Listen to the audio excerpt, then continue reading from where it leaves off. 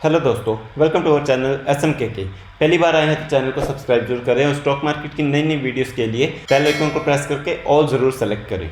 जी हाँ दोस्तों, पहले इस वीडियो में हम नंबर्स के बारे में देखेंगे, क्या नंबर्स आए, क्या रिजल्ट आया है कंपनी का, उसके बाद ही हम कंपनी के बारे में बात करेंगे। तो चलिए सबसे पहले देखते हैं नंबर्स क्या है। टोटल इनकम 24,842, ये मिलियंस में है, इसका मतलब 2,484 करोड़। तो हम ऐसे ही पढ़ लेते हैं 24,842, जो पिछले क्वार्टर में थी 24,277 और पिछले साल थी 22,305। तो दोस्तों टोटल इनकम अच्छी खासी बढ़ी है, लेकिन बात यहीं पे ख़त्म नहीं होती। एक्सपेंसेस देख लेते हैं, एक्सपेंसेस कितने हैं। 20,187, जो पिछले क्वार्टर में थे 19,916 और पिछले साल थे 17,918। तो दोस्तों एक्सपेंसेस भी इंक्रीज़ हुए हैं। तो उसके बाद प्रॉफिट जो रह जाता है बिफोर टैक्स, वो है 4,655, जो कि पिछले क्वार्टर में था 4,361 और पिछले साल था 4,387। तो दोस्तों अगर आप देखोगे तो 387 का कितना हो गया 655 और 361 का कितना हो गया 655। Quarter on quarter and year on year दोनों साइड से ही प्रॉफिट बढ़ा है, लेकिन अभी टैक्स बाकी है। तो टैक्स देख लेते हैं कितना है। टैक्स जो है वो है 1,287, जो पिछले क्वार्टर में था 1,202 और पिछले साल था 1,405। तो दोस्तों टैक्स क्वार्टर ऑन क्वार्टर तो बढ़ा है, लेकिन ईयर ऑन ईयर कम होता है। तो उसी के चलते नेट प्रॉफिट हम देख लेते हैं कितना है 3,368, जो पिछले क्वार्टर में कितना था 3,159 और पिछले साल कितना था 2,982। तो दोस्तों year on year and quarter on quarter दोनों में अच्छी खासी जंप हुई है प्रॉफिट में। और ईपीएस देख लेते हैं, सेम ईपीएस में भी होगा 31.80, जो कि पिछले क्वार्टर में कितना था 29.84 और पिछले साल कितना था 28.11। तो दोस्तों ईपीएस में भी अच्छा खासा जंप देखने को मिल रहा है। और कंपनी कैसी है, कंपनी बहुत अच्छी है, मिड कैप साइज़ की कंपनी है, लेकिन काफ़ी स्टेबल कंपनी है। तो थोड़ा कंपनी के बारे में जान लेते हैं। कंपनी का मार्केट कैप अगर देखा जाए तो 56,000 करोड़ का मार्केट कैप है। तो बोरिंग्स अगर देखा जाए तो लीज लाइबिलिटीज़ है, लॉन्ग टर्म बोरिंग कोई नहीं है, शॉर्ट टर्म बोरिंग कोई नहीं है, सिर्फ लीज लाइबिलिटीज़ है। और कैश फ्लो अगर देखा जाए तो वो भी अच्छा खासा है, 290 करोड़ का कैश फ्लो है। और प्रोमोटर्स होल्डिंग देखिए, प्रोमोटर्स होल्डिंग भी अच्छी खासी बनी हुई है, 73.75% की प्रोमोटर्स होल्डिंग है।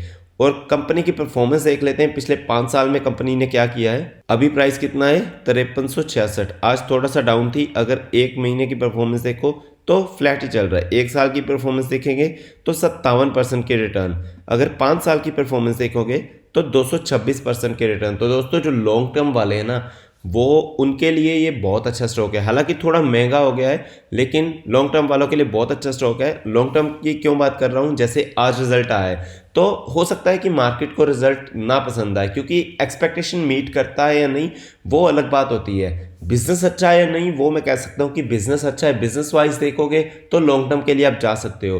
रिजल्ट अच्छा है या नहीं, रिजल्ट ने एक्सपेक्टेशन को मीट किया है या नहीं, तो आपको इस स्टॉक में नहीं जाना चाहिए, क्योंकि स्टॉक की हिस्ट्री ऐसी रही है कि जब भी रिजल्ट आता है तो अगले दिन ये गिरता ही है। तो दोस्तों अगर आप देखोगे तो यहाँ पे भी कितना गया था 5500 गया था, उसके बाद नीचे आ गया 3,000 तक आ गया, लेकिन फिर से ऊपर गया है। तो ऊपर नीचे होता रहता है, लेकिन एट द एंड ये स्टॉक ने 226% के रिटर्न दिए 5 साल में। तो 5 साल लॉन्ग टर्म 5 साल ही होता है या उससे ज़्यादा। तो अगर आप 5 साल रखना चाहते हो इस स्टॉक को या उससे ज़्यादा रखना चाहते हो तो ये स्टॉक आपके लिए अच्छा है। ये स्टॉक आपको अच्छा खासा रिटर्न बना के दे सकता है। हालांकि रिकमेंडेशन कोई नहीं है, क्योंकि स्टॉक मार्केट का कुछ पता नहीं होता, कल को स्टॉक गिर भी सकता है, बुरी तरह क्रैश भी हो सकता है, कोई मैनेजमेंट गड़बड़ी आ जाती है, कुछ भी आ सकता है, तो स्टॉक बुरी तरह क्रैश भी हो सकता है। तो इसलिए रिकमेंडेशन कोई नहीं है, लेकिन बिजनेस वाइज देखो तो स्टॉक अच्छा है, मुझे अच्छा लगता है, तो इसलिए मैं आपको थोड़ी सी नॉलेज दे रहा हूँ। स्टॉक कौन सा है, स्टॉक के बारे में जान लेते हैं। स्टॉक है LTTS। LTTS मतलब Larsen Toubro technology services limited. तो दोस्तों जैसा कि हम देख रहे थे शेयर होल्डिंग पैटर्न, प्रोमोटर्स कौन से हैं इसके, लार्सन टुब्रो लिमिटेड। तो बहुत ही बड़ी कंपनी है लार्सन एंड टुब्रो, L&T छोटी कंपनी नहीं है। जैसे रिलायंस हो गया, टाटा हो गया, तो ऐसे ही बजाज हो गया, ऐसे ही बड़े बड़े जो कॉरपोरेशन है वैसा ही L&T भी है। तो L&T की ये कंपनी है, बहुत ही अच्छा कर रही है। मैक्सिमम परफॉर्मेंस तो बहुत ही शानदार है, 517% के रिटर्न है और 5 साल में भी अच्छा खासा परफॉर्म करके इसने दिया है, आपके सामने ही है। ऊपर नीचे थोड़ा सा वॉलेटाइल रहता है स्टॉक, क्योंकि मिड कैप साइज़ की कंपनी है। हालांकि अभी तो काफ़ी बड़ी हो गई है, 56,000 56,500 करोड़ का मार्केट कैप है। पहले बहुत छोटी होती थी, अभी तो बहुत बड़ी हो चुकी है। लेकिन फिर भी जैसा कि मैं बार बार बोल रहा हूँ कि लॉन्ग टर्म वाले जो हैं वो इसको कंसिडर कर सकते हैं, ऐसा स्टॉक है ये। और दूसरा जो स्टॉक मैंने अपनी पिछली वीडियो में भी बताया कि HDFC का रिजल्ट आया था, HDFC बैंक का, तो उसका ADR देख लेते कैसा परफॉर्म कर रहा है। उसी के चलते पता चल जाएगा कि कल HDFC बैंक हमारा इंडियन मार्केट में कैसा परफॉर्म करेगा। तो HDFC बैंक ADR तो बुरी तरह क्रैश हो गया है। फिर से रिफ्रेश करके देखते हैं कितना है, 4.22%। तो अभी तो मार्केट स्टार्ट होता है और स्टार्ट होते ही ये गिर गया। ऊपर जाएगा या नहीं ये तो मार्केट पे डिपेंड करता है, लेकिन फिलहाल तो काफ़ी नीचे चल रहा है, बुरी तरह क्रैश हुआ है।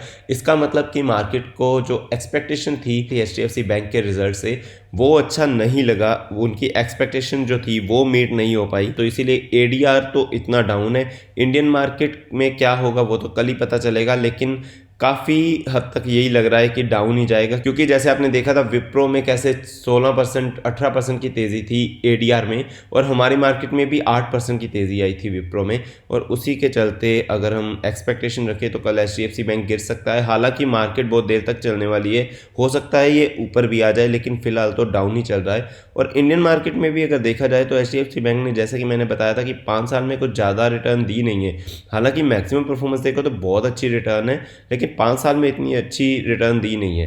लेकिन मार्केट कैप बहुत अच्छा है, बहुत ही बड़ी कंपनी HDFC बैंक, तो भागने को तो एकदम से भाग भी सकती है। तो दोस्तों कल के दिन काफ़ी लोगों की HDFC बैंक पे नज़र बनी रहेगी। तो हम भी देखते हैं कि कल HDFC बैंक कैसा परफॉर्म करता है। तो दोस्तों मैं उम्मीद करता हूँ आपको ये वीडियो बहुत पसंद आई होगी। ऐसे ही स्टॉक मार्केट की नई वीडियोस के लिए चैनल को सब्सक्राइब जरूर करें और बेल आइकन को प्रेस करके ऑल ज़रूर सेलेक्ट करें। थैंक यू दोस्तों।